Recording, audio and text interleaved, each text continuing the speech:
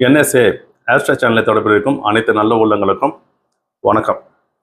இந்த பதிவில் நம்ம என்ன பார்க்க போகிறோம்னா பாசிட்டிவ் நெகட்டிவ், அதாவது அவேர்னஸ் வீடியோ சொல்லக்கூடிய அமைப்பு பகுதி 1 பகுதி 2ன்ற மாதிரி உங்களுக்கு கண்டினியூவாக நம்ம போட்டிருக்கோம்.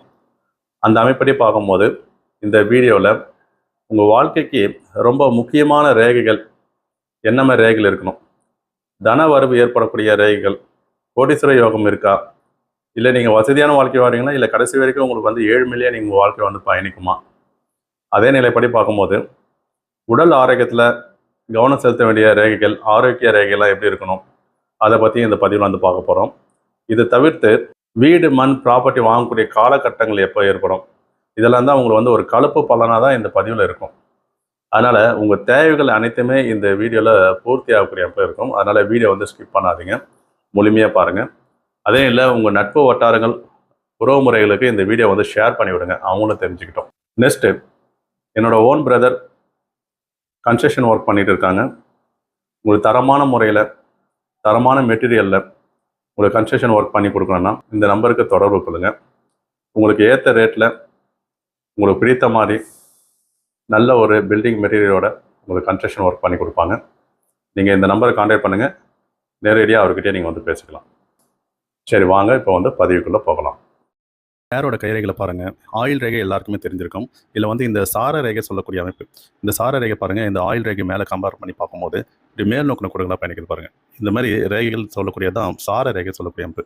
அப்போ இவரோட கைரேகையில் இந்த சார ரேகை மேல் நோக்கின கூடங்களாக பயணிக்கிறதுனால வீடு, மண், ப்ராப்பர்ட்டி சார்ந்த விஷயங்கள் அந்தந்த ஏஜில் வாங்கக்கூடிய அமைப்புன்ற மாதிரி கொண்டு போகும். அப்போ இந்த ஏஜ் சொல்லக்கூடியது இவருக்கு கரெக்டாக ஒரு 29 வயசு.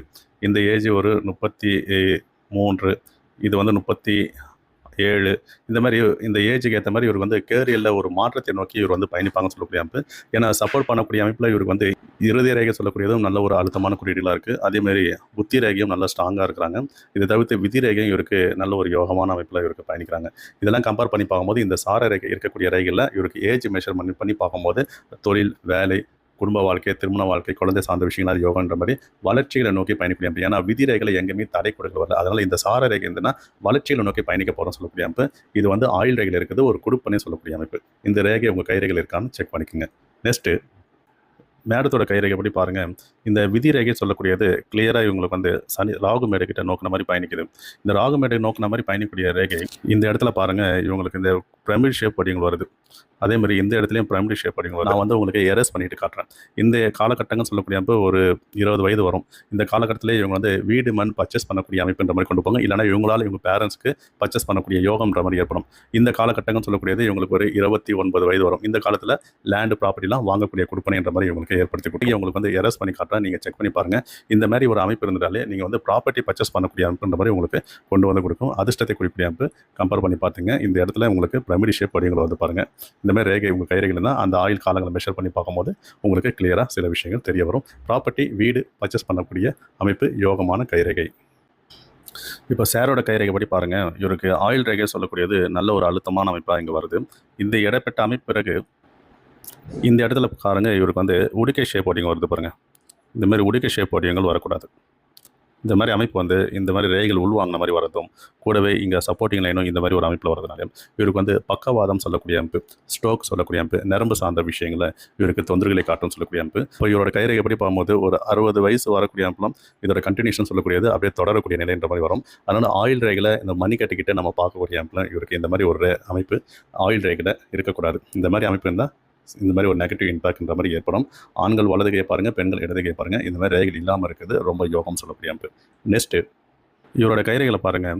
இந்த நட்பு ரீதியான விஷயங்களுக்கு இந்த குரு விரல், சனீஸ்வரன் விரல், அதே மாதிரி இவருக்கு சூரிய விரல், இந்த விரல்கள்லாம் பார்க்கும்போது இந்த கோடுகள் சொல்லக்கூடியது தடை கோடுகள் மாதிரி இப்படி வருது பாருங்கள். இந்த மாதிரி அமைப்பு இருந்தாலும் ஆணாக இருந்தாலும் பெண்ணாக இருந்தாலும் இவருக்கு பழகக்கூடிய விதத்தில் இவர் ஏமாறுவா சொல்லக்கூடிய அமைப்பு. இந்த ரேகைகள் உங்களுக்கு தெரியுதான்றது தெரியல, நான் ஜூம் பண்ணி காட்டுறேன், நீங்களே செக் பண்ணிக்கிறீங்க. இவருக்கு நட்பு வட்டாரங்க சொல்லக்கூடிய அமைப்பு அந்தளவுக்கு யோகமான அமைப்புன்ற மாதிரி வராது. நண்பர்கள் நம்பி நிறைய ஏமாற்றங்களை அறிய வேண்டிய சூழ்நிலை என்ற மாதிரி இவருக்கு அமைச்சு கொடுத்துரும். அதே நிலைப்படி பார்க்கும்போது இவருக்கு இந்த சுக்கிர வலயம் இருக்குது பாருங்கள். இந்த மாதிரி சுக்கிர வலயம் இருந்துட்டாலே இவருக்கு வசதி வாய்ப்புகள் சொல்லக்கூடிய அமைப்பு நல்ல ஒரு பெருகக்கூடிய நிலை என்ற மாதிரி இவருக்கு கொண்டு கொடுக்கும். மனைவியால் இவருக்கு யோகம் சொல்லக்கூடிய அமைப்பை கொண்டு வரும். ஏன்னா இவருக்கு சுக்கிர வலயம் சொல்லக்கூடியது வசதி வாய்ப்புகளும் கொடுக்கும். அதே மாதிரி மனைவி ஸ்தானம் சொல்லக்கூடிய அமைப்பு சுக்கிர மேடு இவருக்கு நல்ல ஒரு வலுவான பொசிஷனில் இருக்குது பாருங்கள். சுக்கிர மேடு நல்ல வலுவாக இருந்து அந்த சுக்கிர மேட்லையும் ரேகைகள் பார்க்கும்போது மேல் நோக்கின கொடுக்கலாகவே பயணிக்கிறது பாருங்கள். இந்த மாதிரி ரேகைகள் இருக்குதும் உங்களுக்கு யோகம் சொல்லக்கூடிய அமைப்பு. இந்த மாதிரி ரேகைகள் இருந்தாலும் உங்களுக்கு வளர்ச்சிகள் பெறும். இந்த மாதிரி ஒரு சுக்கிர வலயமும் இருந்து சுக்கிரமேடு நல்ல ஒரு ஆரோக்கியமாக இருந்து விதி ரேகைகளும் பெருசாக தடைக்கோடுகள் இல்லாமல் இருந்ததுனா இவர் வந்து காதல் சம்பந்தப்பட்ட விஷயங்களை ஈடுபடக்கூடிய நபர் சொல்லக்கூடிய அமைப்பு. காதல் சம்பந்தப்பட்ட விஷயங்களை ஈடுபட்டு லவ் பிளஸ் அரேஞ்ச் மேரேஜ் என்ற மாதிரி மூவ் பண்ணக்கூடிய ஆற்றல் உடைய மனிதர் சொல்லக்கூடியவங்க தான் நீங்கள். புத்தி ரேகை, இந்த புத்தி ரேகை சொல்லக்கூடியது எந்த அளவுக்கு இருக்கு வளைஞ்சிருக்கு பாருங்க. இந்த மாதிரி அமைப்பு இருந்தாலும் இவர் எடுக்கக்கூடிய முடிவுகள் ஒரு குழப்பவாதி சொல்லலாம்.